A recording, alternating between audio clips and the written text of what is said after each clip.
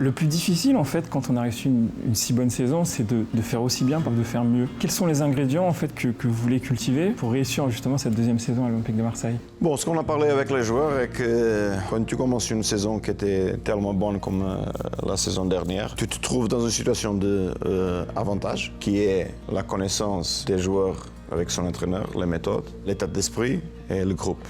Mais ça et aussi les mêmes choses sont les désavantages. Parce que tu connais l'entraîneur, tu connais les méthodes, et on n'a pas la nouveauté, l'état d'esprit est là, est bonne, mais est-ce qu'il peut aller un peu plus haut? Et c'est ça qu'on a parlé avec les joueurs hier, et c'est très important, c'est un message très important à retenir pour notre saison. C'est que les défis de cette saison sont encore plus hauts. Pas seulement pour la Ligue des Champions, mais parce qu'on attend que Monaco et Lyon reviennent sur ce classement d'une autre façon, sur la dispute des positions de Ligue des Champions d'une autre façon. Deux, pour le calendrier qui normalement est déjà, dans une année normale, extrêmement lourd et pour le Covid est devenu encore plus. Et pour la Ligue des Champions aussi, parce que c'est un gros défi, ça va être une expérience pour tous. Mais tu ne peux pas affronter la Ligue des Champions sans penser à les huitièmes, à passer la phase de groupe. Se qualifier en Europa League, ce n'est pas un bonus. Normalement, c'est la punition des perdants. Pas pour que la compétition n'est pas belle, mais si tu te qualifies pour une autre compétition, tu as le droit de la jouer jusqu'à la fin. Si tu te qualifies pour Europa League, tu la joues comme tu t'as qualifié et tu as bien travaillé pour elle. Mais dans ce cas-là, quand tu te qualifies pour l'Europa League, normalement, je la trouve comme ça. Évidemment, après, on peut compétir de toute façon. Mais l'objectif restera toujours passer cette phase de groupe. Et évidemment, pour faire de la compétition dans la Ligue des Champions, on va avoir besoin des renforcements et ça, c'est une chose que le club doit répondre parce que, bon, on revient sur le discours de l'année dernière, on a un effectif court, on était l'équipe que moins un joueur a utilisé pendant toute la saison. Le calendrier est encore plus lourd et si les suspensions et les blessures tombent, on va être dans une mauvaise position. On doit faire attention. Je pense que la priorité cette année est éviter les blessures, éviter les cas où on entre dans des suspensions qui ne peuvent donner 2, 3, 4 matchs de suspension comme on a eu l'année dernière. Et si on est capable d'éviter ça, une autre chose importante sur les blessures, c'est qu'on était, je pense que dans toute l'Europe, nous sommes dans le top 3 d'éviter les blessures de prévention. Ça veut dire blessures musculaires qui sont liées à l'effort, pas les traumatiques, venues des impacts de les entraînements. Et ça c'est une bonne chose. Mais évidemment, l'année prochaine, on a plusieurs compétitions et on a une autre compétition pour jouer. Justement, je voulais vous demander, est-ce que vous êtes déjà fixé des objectifs pour la nouvelle saison? Oui, je pense qu'on reste, l'objectif reste le même. C'est de se qualifier pour la Ligue des Champions suivante et rêver avec une possibilité de qualification. C'est la unique chose que je pense que change pour la Ligue des Champions, c'est qu'on doit maintenant profiter.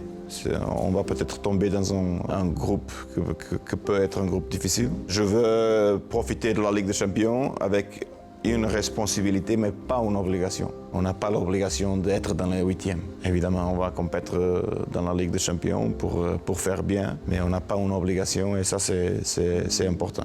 Vous avez retrouvé votre groupe, l'entraînement en fait a repris. Quel est l'état physique des troupes? Est-ce que la période Covid n'a pas eu un impact trop fort en fait sur les joueurs? Bon, on doit regarder. Ce qu'on va faire de différent de le passé, c'est qu'on va faire 8 semaines au contraire de 6, que sont normales, alors 2 semaines en plus pour 3 mois et demi d'arrêt, que je pense qu'est équilibré.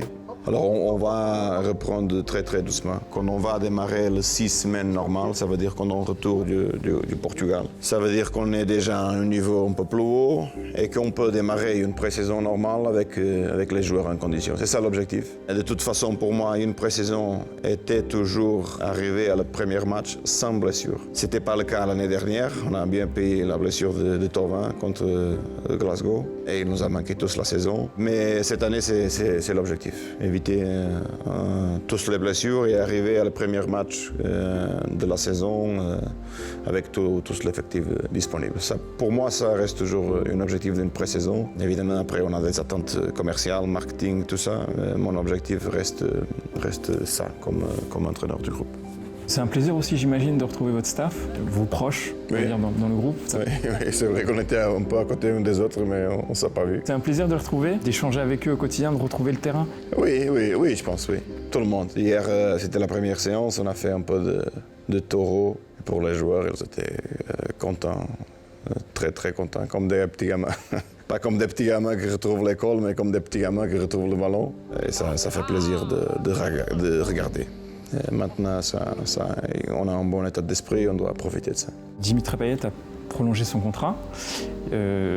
Son créneau, en fait, c'est d'être Marseillais à vie, ce qui est quand même un symbole assez fort pour un joueur de cette qualité. C'est intéressant qu'un joueur comme ça s'inscrive dans la durée dans un club qu'il aime autant, qui soit l'emblème, en fait, quelque part de ce club.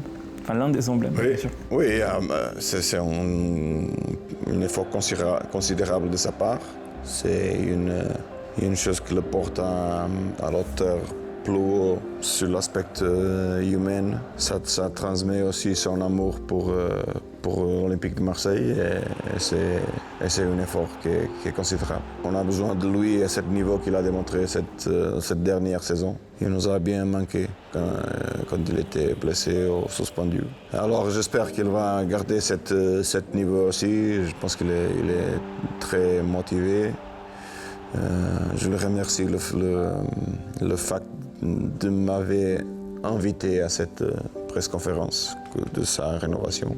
Et bon, j'espère aussi que le plus tôt possible, on peut aussi faire la prolongation de Steve. Parce que je pense que tous les deux sont inscrits dans la mémoire de l'OM, dans l'histoire de l'OM. Et tous les deux ont été décisifs la saison dernière et méritent ce type de reconnaissance. Avec Payet, ça inclut son baisse de salaire. Et c'est une chose personnelle et humaine qui est digne d'apprécier. Il y a aussi Yoann Pelé qui a prolongé son contrat, qui va continuer en tant que numéro 2. Un mot sur lui peut-être, sur pourquoi le voir continuer en fait à l'Olympique de Marseille? Oui, parce qu'il connaît la méthode de ville, parce qu'il a fait quand il était appelé, il a répondu présent avec des bons matchs.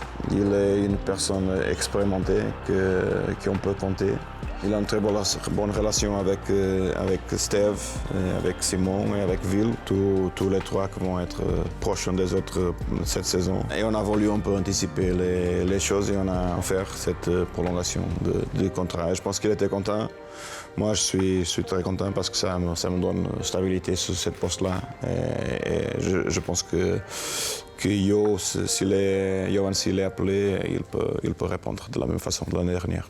Enfin, il y a 6 jeunes qui ont signé pro récemment. Le stage, c'est l'occasion pour eux de se montrer, de prouver qu'ils peuvent répondre aux attentes et peut-être goûter la saison prochaine, s'ils sont performants, à l'équipe professionnelle et à des matchs officiels. Oui et non. Ça veut dire qu'il y a un aspect purement organisationnel dans ces choix-là.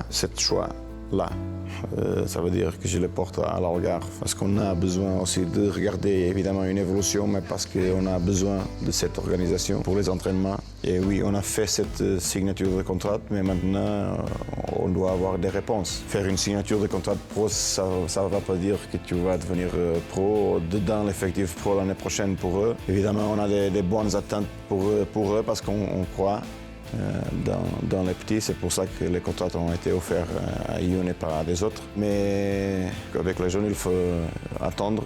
Maintenant, c'est à eux de répondre. Je pense que sur cette philosophie, je m'ai bien exprimé. Je peux donner des chances, mais il va falloir que les jeunes aussi démontrent ses qualités. Et dernière question, que pouvons-nous vous souhaiter pour la saison 2020-2021 ? Bon, une saison bien passée, avec plein de joie. Et bon, faire de la compétition pour arriver. Je pense que ça va être plus difficile, plus de responsabilités. Ça veut dire qu'on doit changer notre chip pour répondre à cette attente. Et ça veut dire que sur l'aspect mental, on doit être plus fort, l'aspect compétitif et aussi d'organisation pour être capable de...